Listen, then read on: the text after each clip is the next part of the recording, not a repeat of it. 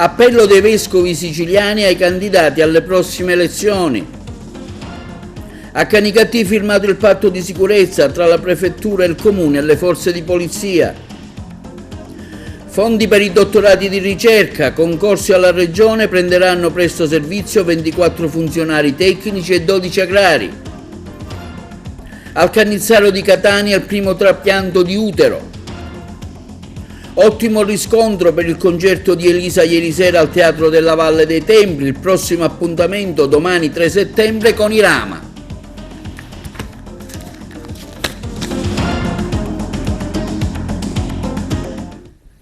E buonasera, benvenuti con il nuovo appuntamento di TVA Notizie. Apriamo il nostro telegiornale con una notizia che ci viene dai vescovi di Sicilia. In occasione delle prossime elezioni regionali, unitamente a quelle nazionali, hanno rivolto un messaggio ai candidati ove suggeriscono lo stile di governo che potrebbe caratterizzare chi vuole impegnarsi in politica, sottolineando le emergenze e le urgenze che meritano dovuta attenzione per lo sviluppo futuro della nostra isola, il servizio. Un messaggio dei vescovi di Sicilia viene rivolto in occasione delle elezioni che rinnoveranno il Parlamento della regione siciliana il prossimo 25 settembre, unitamente al Parlamento nazionale. È un messaggio rivolto ai candidati alla guida della regione, nelle quali i presuli delle diocesi di Sicilia suggeriscono lo stile di governo che potrebbe caratterizzare chi vuole impegnarsi per la polis, sottolineando alcune urgenze che meritano attenzione per lo sviluppo futuro della nostra terra, in particolare tutte quelle situazioni che riguardano le categorie svantaggiate e fragili che soffrono per l'attuale situazione socio-economica. Si avvicina così un momento decisivo che porterà alla scelta di un nuovo governo della nostra regione. Come pastori delle chiese che sono in Sicilia, ci sentiamo compagni di strada del nostro popolo e di quanti come voi saranno chiamati ad agire per la rinascita della speranza della nostra amata isola. Per questo apprezziamo sinceramente la vostra disponibilità a prendervi cura della Sicilia in un momento così complesso e difficile, a partire dal Vangelo che abbiamo ricevuto e che ci chiama a sentirci responsabili della storia di ogni donna e di ogni uomo. Vogliamo pertanto sostenere il vostro sforzo condividendo con voi qualche riflessione suggeritaci dalla nostra missione di pastori. Con fiducia la consegniamo a voi chiamati a prendervi cura della polis. Lo sappiamo, la politica richiede uno stile di ascolto, di dialogo, di comprensione, di collaborazione con i cittadini. È difficile ma è indispensabile, solo così si potrà ridurre il divario tra le attese e le azioni delle nostre città, tra la loro realtà viva e quotidiana e la vita e il linguaggio delle istituzioni. Abbiamo bisogno di sentirci sempre più corresponsabili della cosa pubblica, di essere cittadini interessati profondamente alla Sicilia, alla sua storia, al suo futuro. A voi, cari candidati, spetta il compito, e lo sapete bene, di avere una chiara progettualità, di coinvolgere tutti, di far sì che ognuno possa apportare il proprio contributo ideale, il proprio sforzo operativo, semplicemente il proprio mattone. È tempo, ed è un sentimento di tanti, di rinnovare i patti di lealtà fondati su un autentico desiderio di relazione tra i vari rappresentati, su una fiducia reale nelle risorse umane, valoriali, culturali e spirituali di ognuno. Solo così, concludono i vescovi siciliani, potranno sentirsi coinvolti anche in quei tanti cittadini che sentono la politica lontana, che ritengono inutile anche il voto, che abbandonano la piazza delle nostre città. Ascoltiamo pertanto i silenzi di chi non partecipa più ai processi democratici. E sempre sulla politica prenderà via domani il tour elettorale del candidato alla presidenza della regione del Movimento 5 Stelle Nuccio Di Paola. Stamani la conferenza stampa presso l'Assemblea regionale siciliana, il servizio. Prende il via domani il tour elettorale del candidato Movimento 5 Stelle Nuccio Di Paola alla presidenza della regione. A metà settembre arriverà anche il presidente del Movimento 5 Stelle Conti, che in 2 giorni farà tappe da un capo all'altro della Sicilia. Oggi presso la Sala Gialla dell'Assemblea regionale siciliana la presentazione alla stampa del programma. Domani ad Agrigento all'Hotel della Valle alle ore 11 la presentazione dei candidati del Movimento 5 Stelle alla Camera dei Deputati e al Senato per le elezioni politiche del prossimo 25 settembre.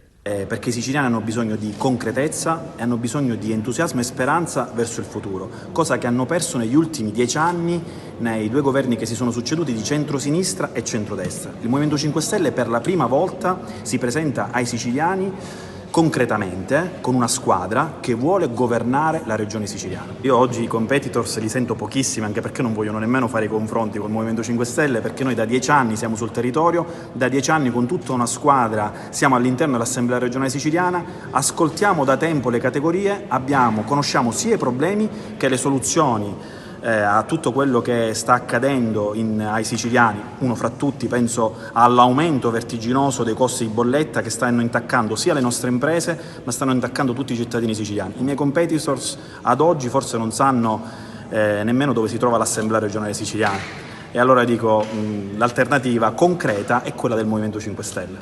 Saremo in giro in questi 20 giorni, faremo almeno 4 eventi al giorno su comuni diversi, e poi quindi toccheremo più di 60 comuni, e poi ci sarà il nostro presidente Giuseppe Conte che sarà presente in Sicilia il 16 e il 17 settembre, e con il dinamismo e la movimentazione che abbiamo fatto nel corso degli anni, perché noi non ci siamo mai fermati in giro per i territori, saremo in più comuni della regione siciliana. Cercheremo appunto di trasmettere e di raccontare ai siciliani qual è il nostro programma e quali sono le nostre proposte che oggi noi portiamo in maniera concreta, a differenza di chi oggi si racconta come nuovo, ma di fatto in questi anni non ha realizzato nulla, pur già governando per 5 anni la regione siciliana. Perché dico, quei partiti che oggi sostengono Schifani sono gli stessi partiti che hanno governato per 5 anni con tantissime criticità e con fallimenti che sono sotto gli occhi di tutti.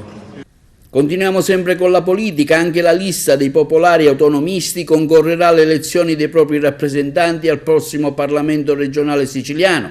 Abbiamo sentito in merito l'onorevole Roberto Di Mauro, attuale vicepresidente dell'Assemblea regionale siciliana.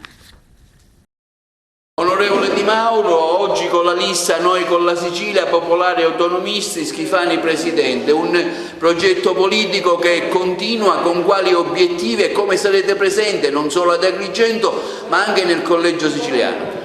Abbiamo presentato una lista autonomista che si differenzia dalle liste dei partiti nazionali, proprio perché riteniamo opportuno continuare un percorso che abbiamo iniziato nel 2006, facendo in modo che ci sia una realtà politica solo siciliana che porta avanti le cose che interessano questo nostro territorio.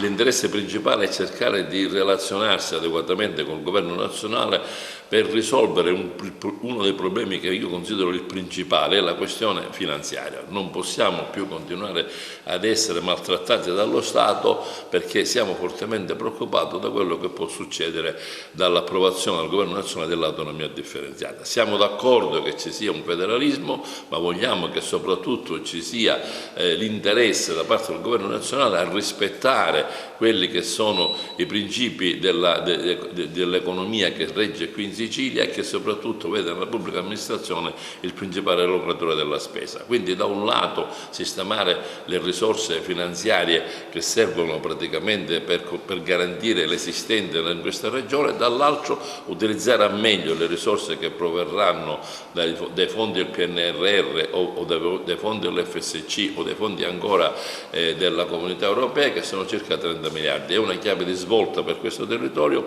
è necessario che la Sicilia sia all'altezza, con un governo importante, a poter svolgere l'azione che necessita. Ci candidiamo come provincia di Agrigento a svolgere un ruolo diretto nel prossimo governo della regione siciliana, e lo faremo anche con altri amici di questo territorio siciliano, perché siamo l'unica forza siciliana che ha il diritto di una rappresentanza a prescindere da quelli che possono essere i valori dei partiti nazionali. Ecco, l'appoggio al Presidente Schifani quanto è importante e come sarà determinante anche in caso di vittoria, ovviamente, per la guida futura della regione? Il Presidente Schifani è un uomo che conosce bene le istituzioni romane, è un uomo che ha contezza di quelle che sono come posso dire, le capacità che il governo nazionale ha di imprimere una svolta in quelle che sono le relazioni con il governo siciliano, affinché superiamo questa condizione di isolamento e abbiamo un percorso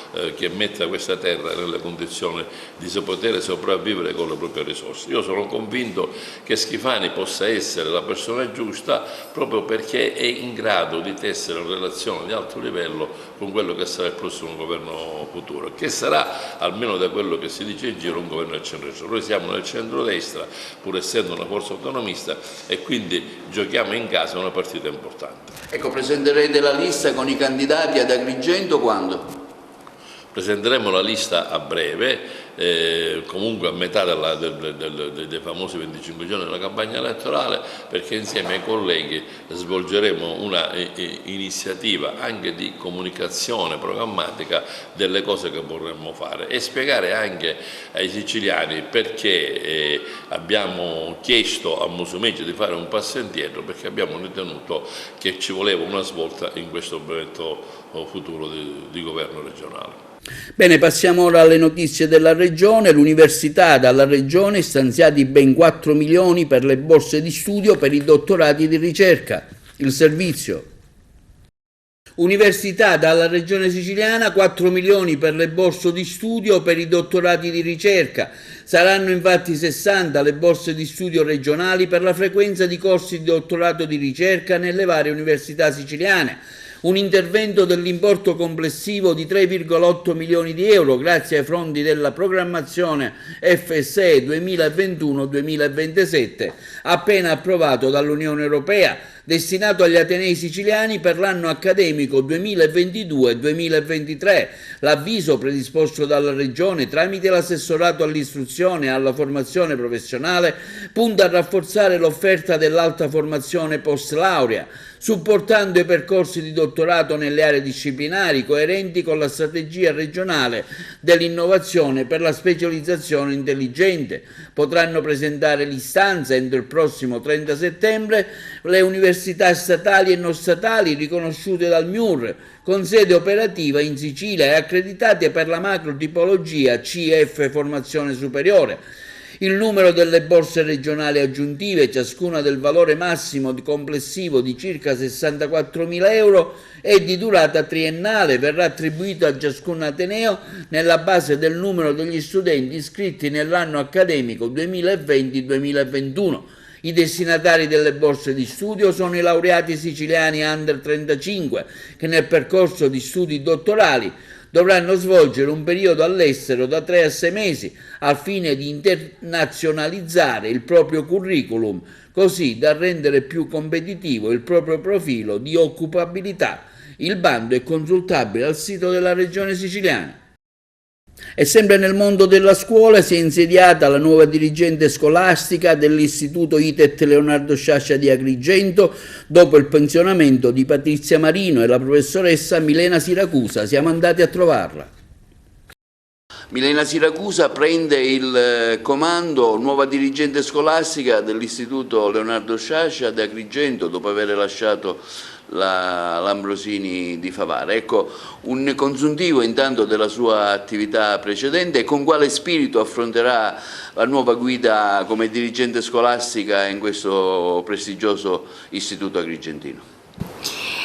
Beh, in questi momenti si vivono sentimenti ambivalenti perché comunque aver lavorato per 2 mandati e quindi per 6 anni in un istituto prestigioso, storico come l'Istituto Professionale Gaspari Ambrosini di Favara ha costituito una tappa fondamentale per la crescita personale e professionale. In queste stagioni abbiamo portato avanti numerosissime iniziative e progetti, occupandoci in modo particolare di sostenere la crescita dei giovani da un punto di vista professionale, proprio prettamente lavorativo, per quelle che erano le peculiarità della scuola e gli obiettivi. Per questo mandato è stata assegnata a quella sede che non lascerò mai, nel senso che quando si creano dei legami, ecco, quelli si mantengono e rimangono e poi fanno parte anche del proprio essere, del proprio modo di vivere la vita e il lavoro. Inizio oggi, da ieri, una nuova sfida professionale in una scuola altrettanto prestigiosa, importante per il territorio di Agrigento e non soltanto, sia nell'offerta formativa, nel settore economico, tecnologico, turistico, che rappresentano i nuovi alfabeti e le possibilità, ecco, di immettere giovani nel mondo del lavoro con una preparazione tale da affrontare anche il cambiamento. È una scuola che ha una lunga tradizione, che porta un nome, il nome di Leonardo Sciascia, anche questo molto impegnativo, ai cui insegnamenti ci ispireremo tutte le volte che bisogna ripartire, ritrovare la strada o prendere una decisione. Mi metto non al comando ma al servizio delle sedi che vengono assegnate, augurandomi di lavorare in piena armonia e soprattutto con la collaborazione e con l'aiuto dei docenti, di tutto il personale della scuola, della comunità dell'Istituto Tecnico Leonardo Sciascia. Ecco, lei poco fa ha appena terminato un incontro con il corpo docente, ecco, che tipo di accoglienza, ma in particolare che prospettive penserate di realizzare insieme a loro? Beh, un'accoglienza sicuramente premurosa, sguardi di intesa, di punti di vista che già si incontravano. Il mio oggi è stato semplicemente un saluto, ecco, la presentazione di quella che è la mia idea di scuola, l'idea che mi sono fatta crescendo, lavorando come docente, lavorando come dirigente scolastica, portandomi dietro tutte le esperienze precedentemente fatte insieme al collegio. A partire dalle prossime riunioni operative conosceremo meglio l'offerta formativa della scuola, insieme a loro assumeremo le decisioni che appunto l'organo è chiamato ad assumere, non dimenticando il punto di vista importantissimo delle famiglie, e quindi in consiglio d'istituto o attraverso la rappresentanza dei genitori, preparandoci nelle condizioni di affrontare al meglio l'arrivo dei ragazzi, che sicuramente cambieranno anche l'aspetto della scuola, perché noi siamo qui per loro, per il loro futuro, per raccogliere le loro fragilità e costruire insieme a loro i sogni, e avvalendoci di questo territorio che sicuramente assieme a noi si muoverà con l'idea di un bene della collettività, che bisogna costruire diciamo, la crescita dei cittadini e delle cittadine perché la società tutta migliori. E in tema di sicurezza a Canicattì è stato sottoscritto presso i locali di Palazzo Stella tra il prefetto di Agrigento Maria Rita Cocciufa e il sindaco Vincenzo Corbo il patto per la sicurezza e la legalità urbana, denominato Canicattì Sicura il Servizio.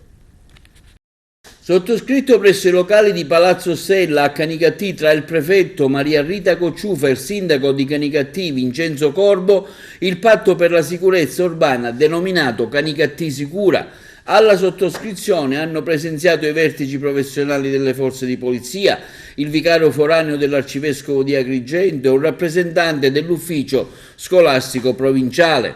Il documento pattizio sancisce l'impegno della prefettura e del comune a promuovere azioni integrate volte al miglioramento della sicurezza pubblica, della sicurezza urbana nel territorio di Canicattì, il cui tessuto sociale, nonostante la presenza di rilevanti attività economiche, si è caratterizzato da alcune criticità legate sia alla forte incidenza della dispersione scolastica e del disagio giovanile, sia alla pervasiva azione della criminalità organizzata radicata nel territorio e in grado di incidere negativamente sul tessuto economico del territorio, specie con fenomeni di estorsione e di usura.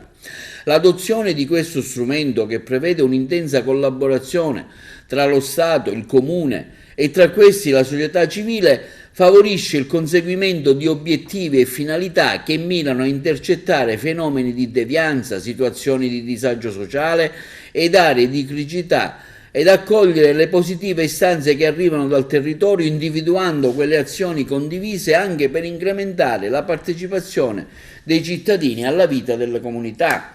Il patto siglato mira altresì a migliorare il raccordo tra le forze di polizia, la polizia locale, al fine di implementare e migliorare i sistemi di interscambio delle informazioni e la pianificazione di iniziative di formazione e aggiornamento professionale. Nell'ambito del patto è prevista inoltre la costituzione di una cabina di regia coordinata da un delegato del prefetto, della quale faranno parte i rappresentanti delle forze di polizia, il comandante della polizia locale e oltre a eventuali altri referenti indicati dal prefetto e dal sindaco in funzione dei temi di volta in volta che verranno trattati. E alla Regione in tema di concorsi, ricambio generazionale, pronte le graduatorie per i 24 funzionari tecnici e i 12 agrari vincitori di concorso che quanto prima entreranno in servizio. Buone notizie per l'occupazione in Sicilia. Pronte le graduatorie dei 24 funzionari tecnici e dei 12 agrari vincitori. Definitive le graduatorie dei 24 funzionari tecnici e dei 12 funzionari RAF Agr per il ricambio generazionale nell'amministrazione siciliana. Sono state infatti approvate e pubblicate dal Dipartimento della Funzione Pubblica della Regione la graduatoria delle 24 unità di personale con profilo di funzionario tecnico ambito tutela e valorizzazione delle risorse ambientali, sviluppo produttivo e promozione del territorio, pianificazione e assetto territoriale, e quella dei 12 funzionari tecnici agrari nell'ambito della tutela del territorio e dello sviluppo rurale.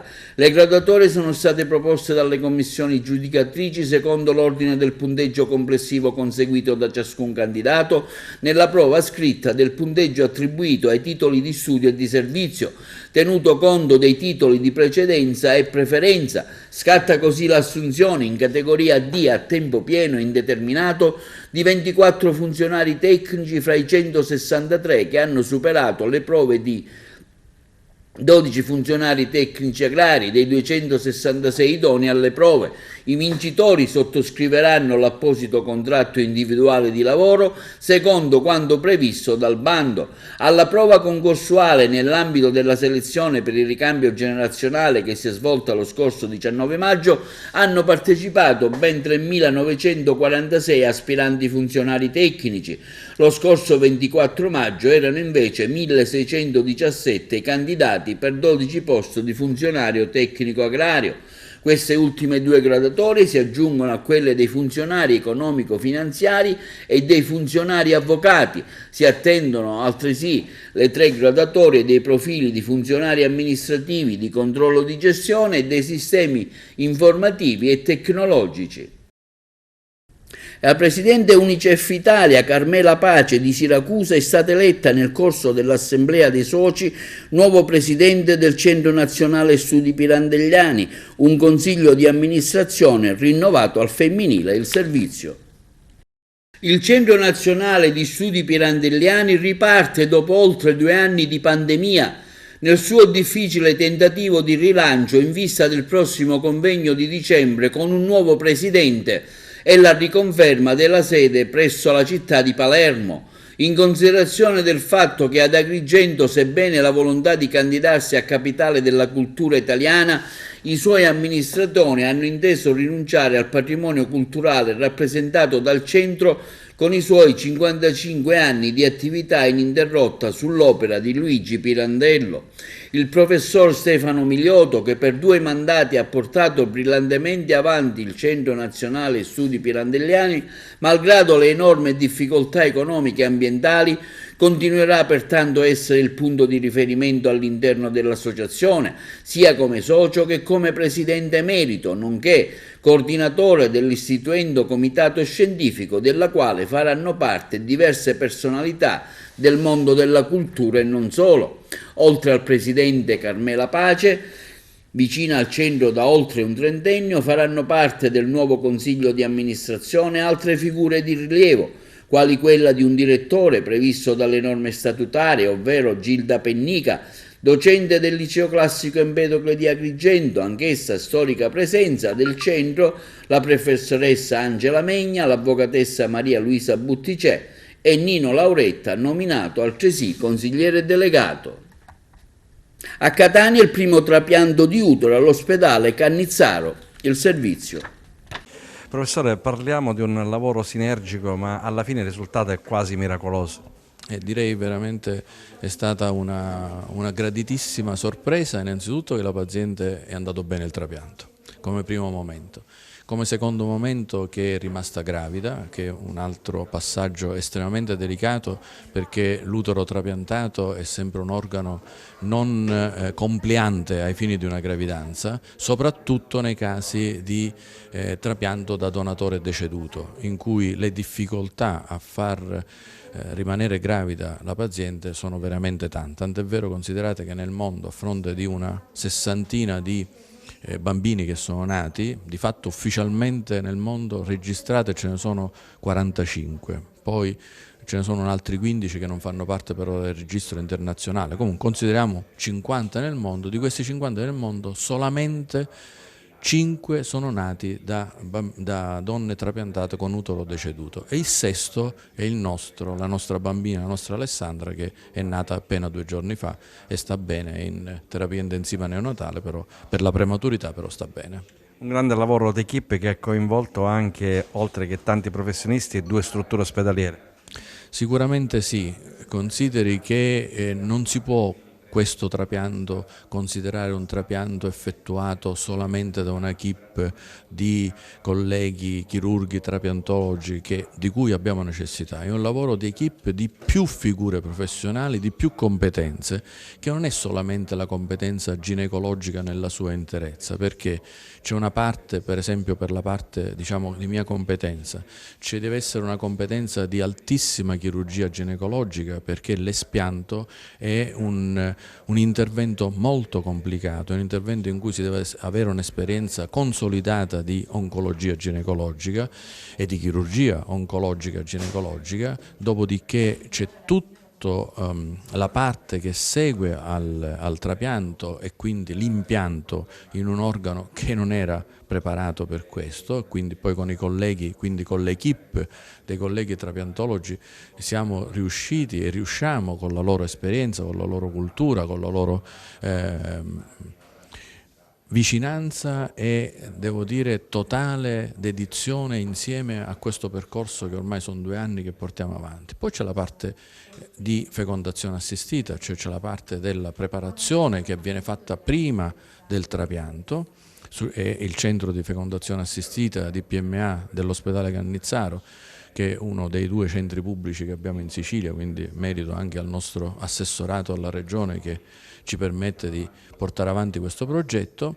Vengono conservati gli ovociti perché questo lavoro prima del trapianto non può essere effettuato, dopo il trapianto scusate, non può essere effettuato, in quanto i farmaci immunosoppressori non permettono più di stimolare le ovaie.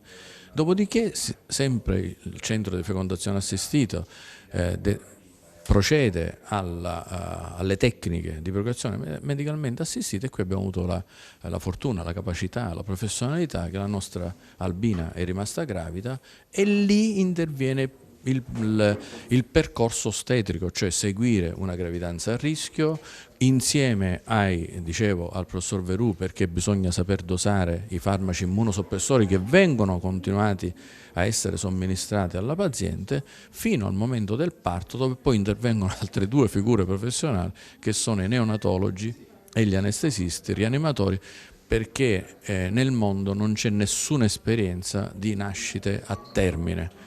Quasi tutti questi bambini sono quasi tutti nati pretermine, perché per motivi di natura vascolare sicuramente passata la 32esima, 33esima settimana l'utero non riesce più insieme alla placenta a dare una prosecuzione, e quindi intervengono contrazioni e altri motivi per cui si deve fare il cesareo, come è successo nella nostra paziente, che sono in sorte di pomeriggio delle contrazioni tali che hanno indotto a dover fare il taglio cesareo d'urgenza. Grazie professore. Ha presentato una straordinaria esperienza emotiva e tecnica che ha presentato non poche difficoltà, ma che fortunatamente sembra ad oggi tutto superato. Il pensiero di una donna deceduta che dona il proprio organo, l'utero, e che a distanza di 2 anni possa donare la vita e possa dare alla luce una bambina è veramente una esperienza unica e al limite del comprensibile. Professore, qual è stato il momento di maggiore difficoltà in questa operazione sinergica? Ma innanzitutto bisogna sottolineare l'aspetto multidisciplinare di questo trapianto. Il nostro centro trapianti fa normalmente trapianti di rene e di pancreas, ne ha fatti più di 1000 in 20 anni di attività, ma questo è l'unico esperienza di trapianto, come dire, multidisciplinare insieme ai ginecologi. Il trapianto di utero è fra i più complessi in assoluto perché presenta delle difficoltà tecniche che ne limitano molto l'utilizzo nel mondo, ancor più quando il prelievo viene da donatore cadavere, come è stato nel nostro caso. Il momento più difficile è stato sicuramente il momento in cui abbiamo prelevato l'organo a Firenze, poi siamo ritornati e l'indecisione anche legata al fatto che era il primo trapianto, il momento di fare il trapianto e le prime anastomosi eseguite dal nostro gruppo, è stato forse il momento più difficile, però immediatamente coronato da un'immensa felicità quando abbiamo visto l'utero perfettamente vascolarizzato e riprendere vita dopo il declampaggio dei vasi. È una nuova frontiera della medicina? È senz'altro una nuova frontiera, non priva di difficoltà, perché ripeto non è una procedura semplice ed è soprattutto molto delicato seguire la donna durante il periodo della gravidanza, perché il centro trapianti e i trapiantologi hanno l'obbligo e il dovere di continuare a seguire la signora e cercare di modulare la terapia immunosoppressiva in modo tale da lasciare perfettamente funzionante l'organo trapiantato, cosa non semplice, e nel frattempo stesso non sobbarcare il futuro nascituro di una terapia immunosoppressiva troppo grave che poi andrebbe ad incidere al momento della nascita. Quindi è un delicatissimo equilibrio fatto di esperienza, fatto di controlli, fatto di perseveranza, che è probabilmente la cosa più difficile in questa tipologia di trapianto, salvaguardare l'organo al miglior dei modi, ma anche la vita che sta nascendo. Bene, passiamo la linea alla regia per la pubblicità. E a Messina Giorgianni sono 600.000 le persone che attendono in aeroporto in provincia di Messina, ma si parla soltanto di ponte sullo stretto. Si parla continuamente del ponte, ma per la provincia di Messina nessuno. Dai leader nazionali ai colleghi regionali accende più i riflettori su rete dei trasporti, l'aeroporto. È l'appello lanciato da Marco Giorgianni, per 10 anni sindaco di Lipari. Si torna sempre sulla stessa grande opera faraonica, certamente prioritaria e importante per realizzare il collegamento stabile tra la Sicilia e l'Italia, atteso oramai da oltre 50 anni. Ma tutti si sono dimenticati della reale esigenza che segnerebbe un serio, notevole e immediato rilancio del turismo nell'area metropolitana e non solo. L'idea progettuale di un'aerostazione nella Valle del Mela esiste da molto tempo e servirebbe, continua Giorgianni, oltre 600.000 persone. Messinesi, eoliani, milazzesi, barcellonesi, utenti dei Nebrodi, tutta la riviera tirrenica fino a Tusa e persino Cefalù. L'anno scorso i comuni di San Pierniceto, Pace del Mela e Monforte San Giorgio hanno rispolverato l'infrastruttura che comporterebbe un investimento di 300 milioni di euro, un traffico di 1.400.000 passeggeri e avevano registrato anche un interesse da parte di 2 fondi americani e la compagnia Air Malta. Giorgianni interviene anche sulla paventata ipotesi di un aeroporto alle Eolie. Non sono d'accordo all'ipotesi, conclude peraltro peregrina e da facto impraticabile, di uno scalo nell'arcipelago eoliano, che non rientrerebbe, per una serie di ragioni, nei circuiti nazionali e internazionali perché è riservato solo a chi deve raggiungere le isole. E sempre in provincia di Messina, a Brolo, la beatificazione di Giovanni Paolo I, composto il canto Il sorriso di Dio. Vediamo il servizio.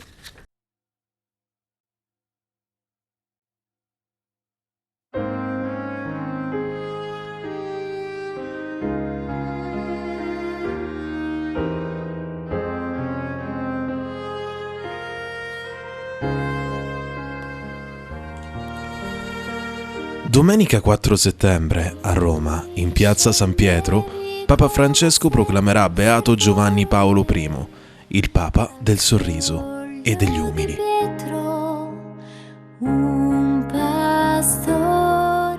Un Papa che è entrato ed è rimasto nel cuore della gente, col suo insegnamento, il suo sorriso, la sua umiltà, quell'umiltà che può essere considerata il suo testamento spirituale e che lo rese capace di parlare a tutti, specialmente piccoli e i cosiddetti lontani. In segno di omaggio al nuovo beato, il poeta Rosario La Greca di Brolo, Messina, ha promosso la realizzazione del canto Il sorriso di Dio, di cui ha composto il testo. La parte musicale è stata curata dal maestro Daniele Falasca di Roseto degli Abruzzi, Teramo. Pianista, fisarmonicista e compositore. Una carriera di musicista brillante, ininterrotta a tutto tondo. Concerti, composizioni, didattica, collaborazioni con artisti di fama internazionale. Il brano è stato interpretato con grande maestria da Fiorella Bernabei di Roseto degli Abruzzi. La brava cantante rosetana ha al suo attivo l'interpretazione di numerosi brani, anche a tema religioso, che hanno ricevuto tantissimi apprezzamenti di pubblico e di critica. È stato realizzato da Alba Terranova di Messina, un bel video con il canto.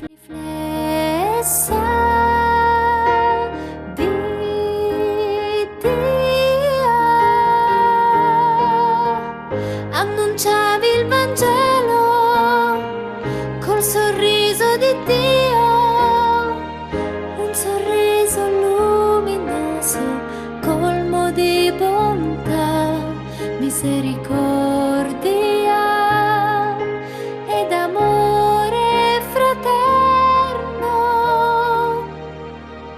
Col tuo linguaggio semplice e suadente suscitavi ondate di emozioni e fede nel cuore dei fratelli bisognosi di lasciarsi accarezzare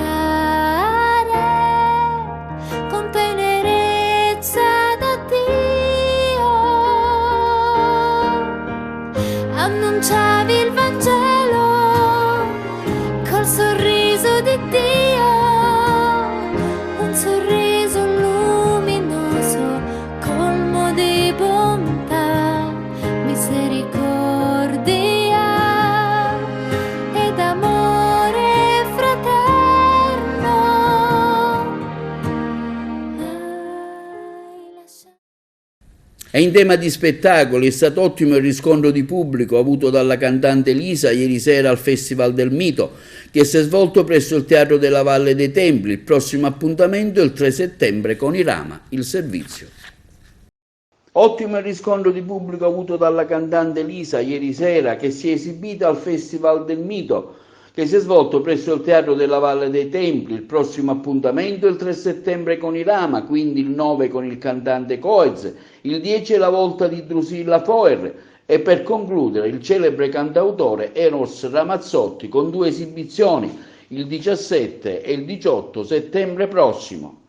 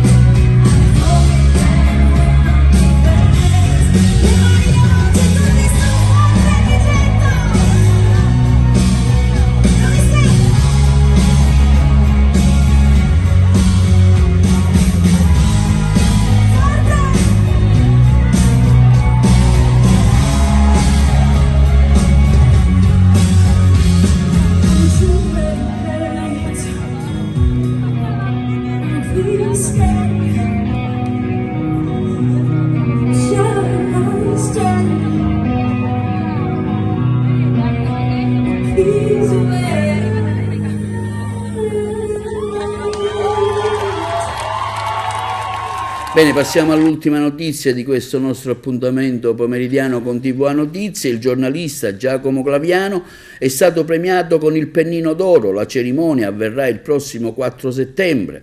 Tra le motivazioni, l'impegno mostrato verso la cultura siciliana dall'Associazione Ideali di Giustizia e Verità, dedicata alla patrona di Catania, Sant'Agata, ispirato ai principi dei magistrati Falcone, Borsellino e Chinnici. Bene, questo è tutto per l'appuntamento odierno di TV Notizie. Ci vediamo domani sabato.